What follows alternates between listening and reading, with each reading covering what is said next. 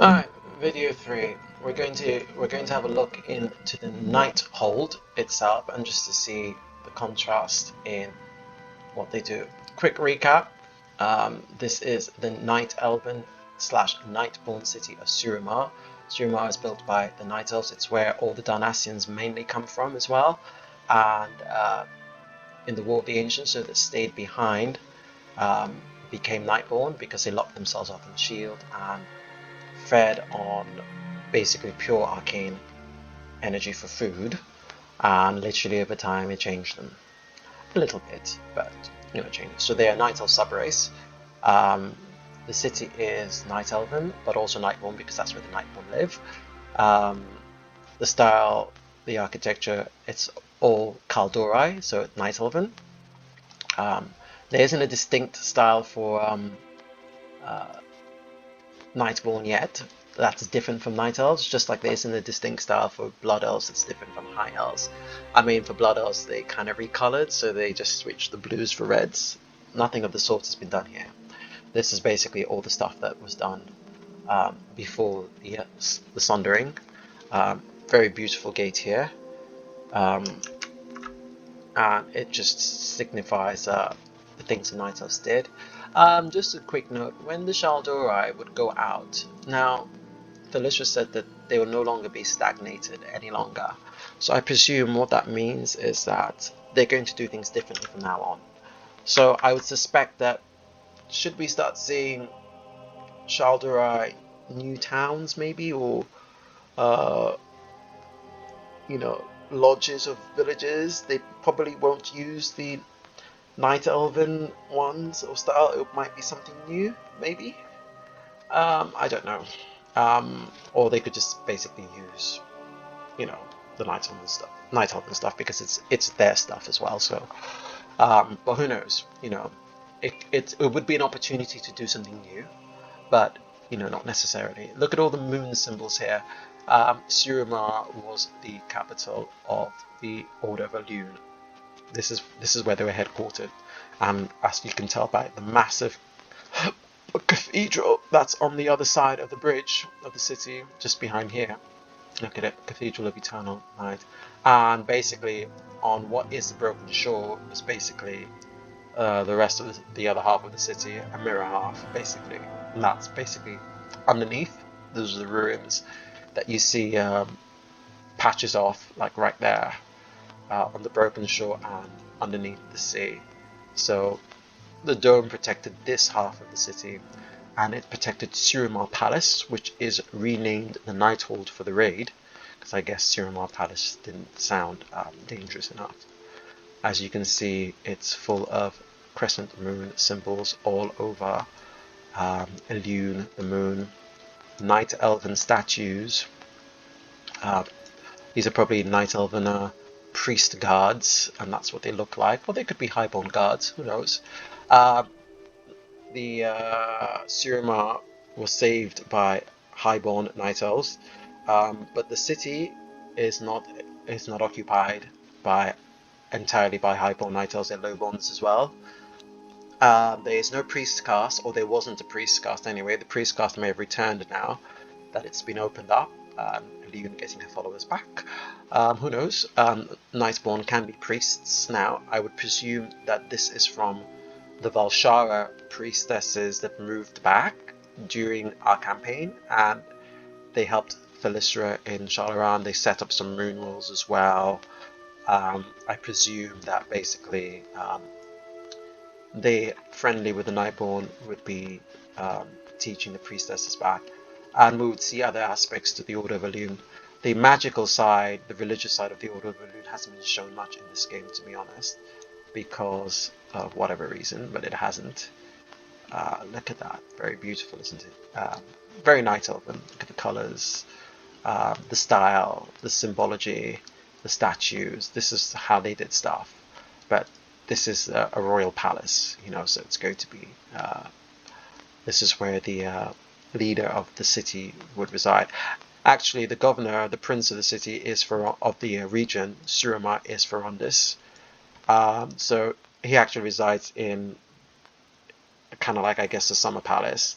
Alisand led the the Highborne order that were head of reclamations and artifacts. I don't think she was the one that was necessarily leader of the whole zone per se, but she may have been leader of the city. Anyway, she's the one that led the Highborne to stop the second invasion of the Legion, and also develop the plan that saved the city. So she would definitely have been their leader from then on, especially after the priesthood left. Don't forget the Legion invaded through the Cathedral of Eternal Night, that you may know as the Tomb of Sargeras, because of the events of Warcraft 2/3. Yeah, Agewind, I think that's Warcraft 2/3. Yeah, 3 really. Yeah, Agewind imprisons the Avatar. It's a law that's not necessarily related to a specific Warcraft zone or event, but Agewind imprisons him in this tomb, which is basically the Sunken Temple, that one there, right? And in the War of the Ancients, the Legion opened a second portal. This is what destroys Suramar. This is why Maeve is so angry, because her city, this city, basically is destroyed and thought lost. And it's that attack that does it. And so, but the law goes is that Alisand stops them from completely destroying the city, and then does the Nighthold. Tyrande, or at least the Resistant, wants them to use this new power to take on Azshara. It will be a great help, but Alisand thinks it's foolhardy. They're never going to win against the Well of Eternity plus the Demonic Legion. Protect, defend, turtle in, basically. They disagree. It has to be stopped. Tyrande, new priestess, takes a priesthood order, marches them with the rest of the resistance. The Moon Guard, who are with them, not all the Moon Guard, obviously, because some stay in the city. Those become Dusk Guard, by the way. And those in Moon Guard stronghold probably are those that returned to Suramar quickly and didn't flee to Hyjal, or maybe they went to Hyjal and then came back. Who knows?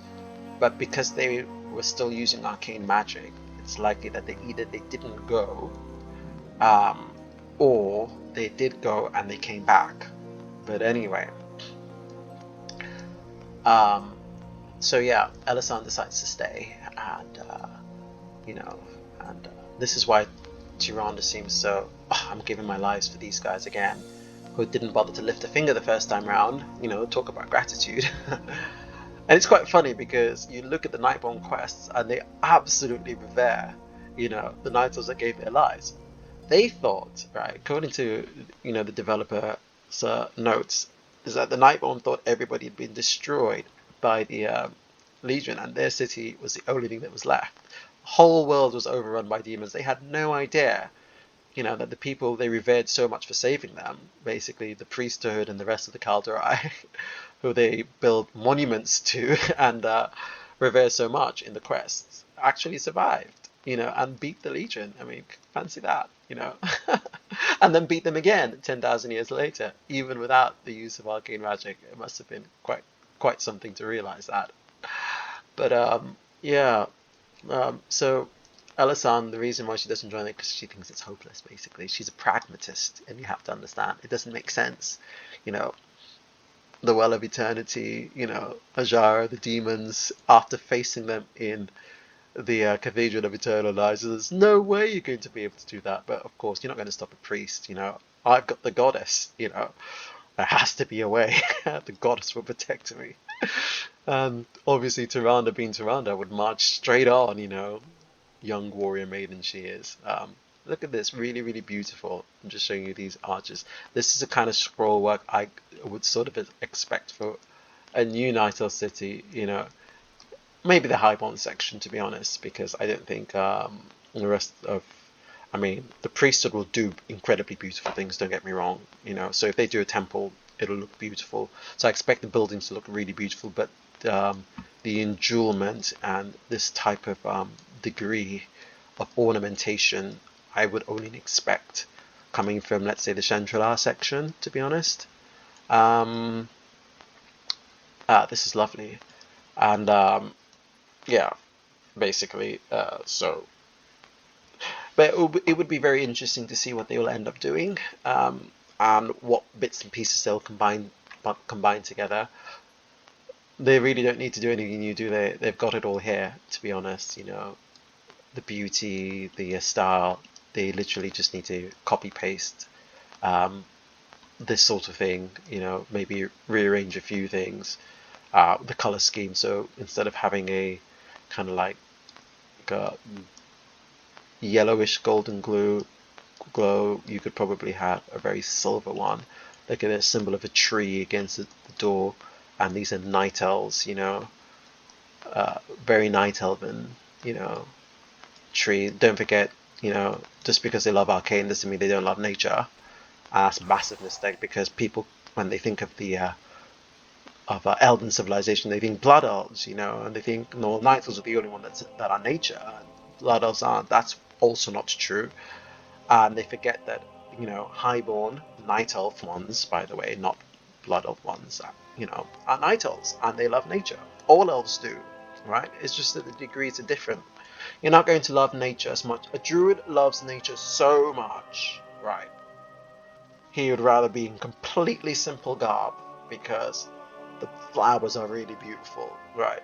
But don't expect a priest to be like a druid, right? Or a civilian night elf to be like a druid.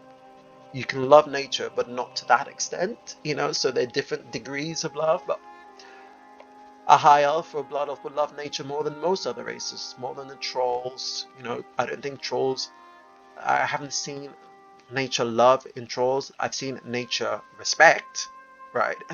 So it's a part of life, and nature use for power in trolls, you know, I mean, use it, it's powerful, you know, use it. And yeah, but I'm sure they love nature as well. I'm sure there's nature love, but it's not quite the sort of oh, nature's all beautiful. Oh, let's have beautiful flowers, and let's have beautiful trees, and let's talk to the animals and make them our friends. That is not a troll. That is so an elf, right?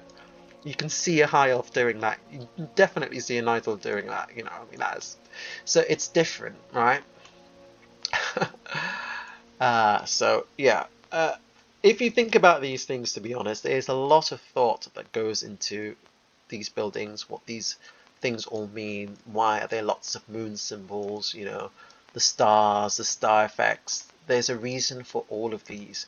And when they sit down and they have these meetings, you know, they're briefed on the lore, and they go into what it's supposed to, because as an artist you're supposed to be able to visualize what you're doing, and this allows you to do some incredible things. So the color scheme matters, you know, the silver, the purple, you know, it's night elven, the night sky, right, the arcane, you know, it's part of the origin of this race. So if you're talking about its earlier cities, you're seeing a lot of this stuff, you know.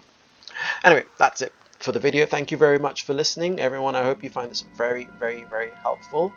And if you want to look forward to a night elven city, you have examples in Suramar, you have examples in Sinashari. The model work is all there, right? It's all there. You can expect something like this to be in a capital city, right?